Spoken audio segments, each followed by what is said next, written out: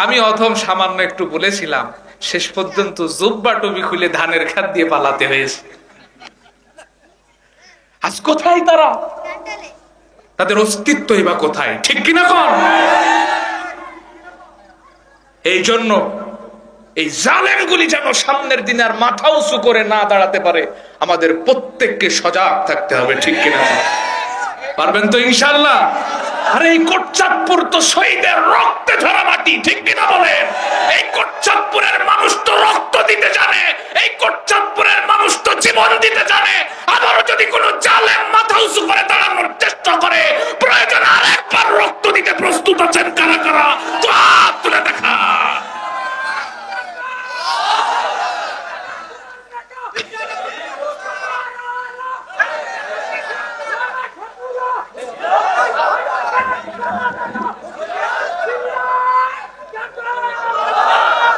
কথায় আছে যুবক খেপলে পারা যায়, কিন্তু বুড়ো খেপলে সামলানোই দেয়। তো আমার চাচা সামলানোই দেয়। যাক, আল্লাহ আমার চাচার কণ্ঠকে আল্লাহ দ্বীনের জন্য কবুল করে নেন। সকলে বলছে আমিন। সম্মানিত ভাইরা, আমি আজকের এই মাহফিলটা যে সংগঠনের পক্ষ হতে, আমার ভাইরা কি আছে? রিপন ভাই কই আছে? সংগঠনের ভাইরা, আমার স্বেচ্ছাসেবক সংগঠনের ভাইরা, আপনারা কই? আলামপুর স্বেচ্ছাসেবক সংগঠনের ভাইরা কেউ কি স্টেজে আসে? আমি আপনাদেরকে মেহেরবানি করে বলছি, আপনারা অন্তত 2 মিনিটের জন্য হলেও আপনারা একটু মঞ্চে আসেন। আলামপুর স্বেচ্ছাসেবক সংস্থার ভাইরা যারা আজকের এই মাহফিলের আয়োজন করেছেন, আমি তাদেরকে আহ্বান করছি, আপনারা অন্তত পক্ষে 2 মিনিটের জন্য হলেও মঞ্চে আসেন। আমি আপনাদের জন্য দোয়া করব। এই যুবকরা আজকে কোরআন শোনার ব্যবস্থা করে দিয়েছে। ঠিক কিনা বলেন?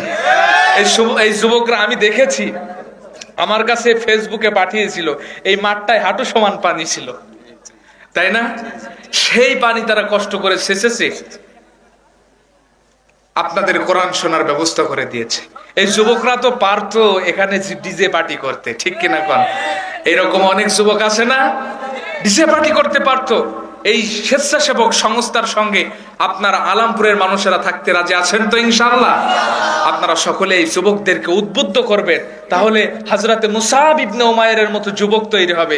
আমি তো মুসাব ইবনে উমাইরের জীবনীটা আপনাদেরকে শোনাতে পারলাম না, আমার সময় স্বল্পতার কারণে। আমার চিরকুট দিয়েছে আরো 5 মিনিট আগে, যার মাত্র 10 মিনিট সময় আছে।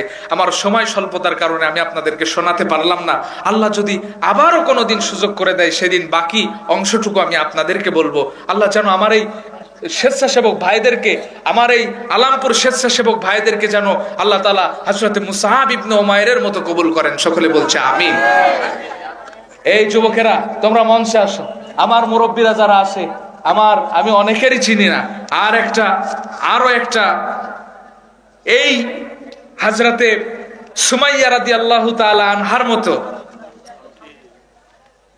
ইসলামের সৈনিক তৈরি করার জন্য আমার ভাই একটু সামনে আগে আসেন। এই কোটচাঁদপুরের মানুষ দেখুক। ভাইয়ের নাম কি? আকিমুল ইসলাম ভাই। আকিমুল ইসলাম ভাই আমার অত্যন্ত কাছের, ইসলামী আন্দোলনের একজন নির্ভীক সৈনিক। আল্লাহ কবুল করুক, বলছে আমিন। আকিমুল ইসলাম ভাই একটা মহিলা হেফজখানা তৈরি করেছেন। আপনার সন্তানদেরকে ওই হেফজখানায় আপনারা দিবেন, পারবেন তো ইনশাআল্লাহ? ওই হেফজখানায় ইসলামী আন্দোলনের একজন সৈনিক সিপাহসালার প্রধান দায়িত্বে আছে। আপনার মেয়েও ঠিক এইরকমই একজন হযরতে সুমাইয়ার মতো তৈরি হবে। ঠিক কিনা বলেন? এই জন্য আমার আকিমুল ভাইয়ের জন্য দোয়া করি। আমার স্বেচ্ছাসেবক যুবক ভাইরা আপনারা সামনে আসেন। আর কই? আমারে তো রিসিভ করতে গিয়েছিল অনেকে। আমার ভাইয়ের নাম কি? শাহজাহান আলী ভাই।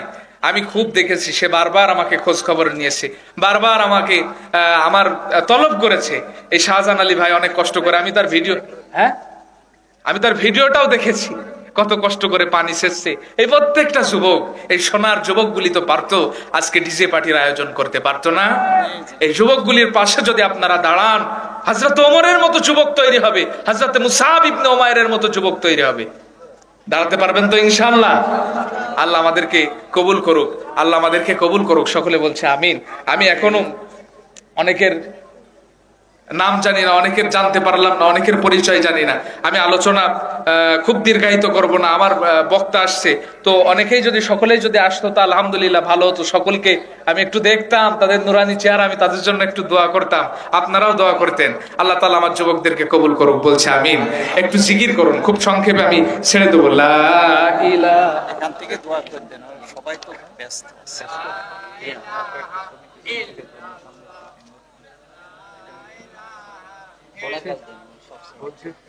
আর যুবকরা নেই, কাজে ব্যস্ত। আমি আর সময় দিতে পারছি না, আমি যুবকদেরকে একটু জিকির করুন। লা ইলাহা, জোরে লা ইলাহা, সুবহানাল্লাহ ওয়ালহামদুলিল্লাহ, লা ইলাহা ইল্লাল্লাহ, জোরে সুবহানাল্লাহ ওয়ালহামদুলিল্লাহ, লা ইলাহা ইল্লাল্লাহ। আমি আহ্বান জানাচ্ছি, ওইটা কি কাজল ভাই স্টেজে উঠে আসেন, সেও একজন বক্তা, আল্লাহ তার কণ্ঠটাকেও গোটা বিশ্বময় কবুল করুক বলে আমিন। স্টেজে আসেন ভাই। এদিকে আমার আসিফ ভাই, আমি তো চলে গেছে আসিফ ভাই। প্রত্যেকটা আপনাদের এই কোটচাঁদপুরের রত্ন, আপনাদের এই এলাকার রত্ন, ঠিক কিনা বলেন? আমরা গ্রামের মানুষকে আমরা মূল্যায়ন করতে চাই না, এলাকার মানুষকে মূল্যায়ন করতে চাই না। এই রত্নগুলিকে যত্ন করবেন, দেখবেন আরো রত্ন তৈরি হবে, ঠিক কিনা বলেন? এই রত্নগুলিকে আপনারা যত্ন করবেন, দেখবেন আরো রত্ন আপনাদের এলাকা থেকে তৈরি হবে। আল্লাহ তাআলা ইতিমধ্যেই তাদের কণ্ঠটাকেও আল্লাহ তাআলা গোটা দেশব্যাপী কবুল করেছে। আল্লাহ তাআলা যেন আরো তাদের কণ্ঠটাকে দেশব্যাপী কবুল করে নাই, সকলে বলছে আমিন। আমি প্রত্যেকের জন্য দোয়া করি। বক্তা শ্রোতা হলে হবে? শপথ নিয়েছে, শপথের কর্মী, আলহামদুলিল্লাহ। আমিও আপনাদের দোয়ায় 2023 সালে শপথের কর্মী হয়েছে।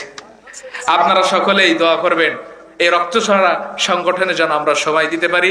এখনো যারা আমার কর্মী ভাইয়েরা আছেন, সারা জীবন কর্মী হয়েই থাকলেন, একটু কি এই সুযোগ এসেছে, এই সুযোগটা কাজে লাগানোর সময় এসেছে, সুযোগটা কি কাজে লাগাতে মনে চাই না? আমরা প্রত্যেকেই অগ্রসর হই। যে মুসাহাব ইবনে উমাইরের কথা বলছিলাম, আমি বলছিলাম, এই মুসাহাব ইবনে উমাইর একজন বিলাসী যুবক ছিল। এই মুসাহাব ইবনে উমাইরের ঘটনাটা আমি খুব সংক্ষেপে বলছি, সময় যেহেতু নেই। এই মুসাহাব ইবনে উমাইর ওহুদের যুদ্ধে আল্লাহ রাসূলের সঙ্গে গেলেন। ওহুদের যুদ্ধে তিনি শাহাদাত বরণ করলেন।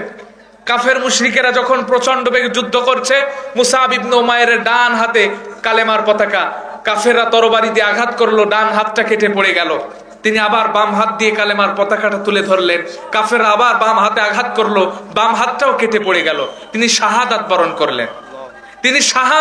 করলেন। তিনি যখন শহীদ হয়ে গেছে, যুদ্ধ যখন শেষ হয়ে গেছে, এদিকে খেয়াল করেন,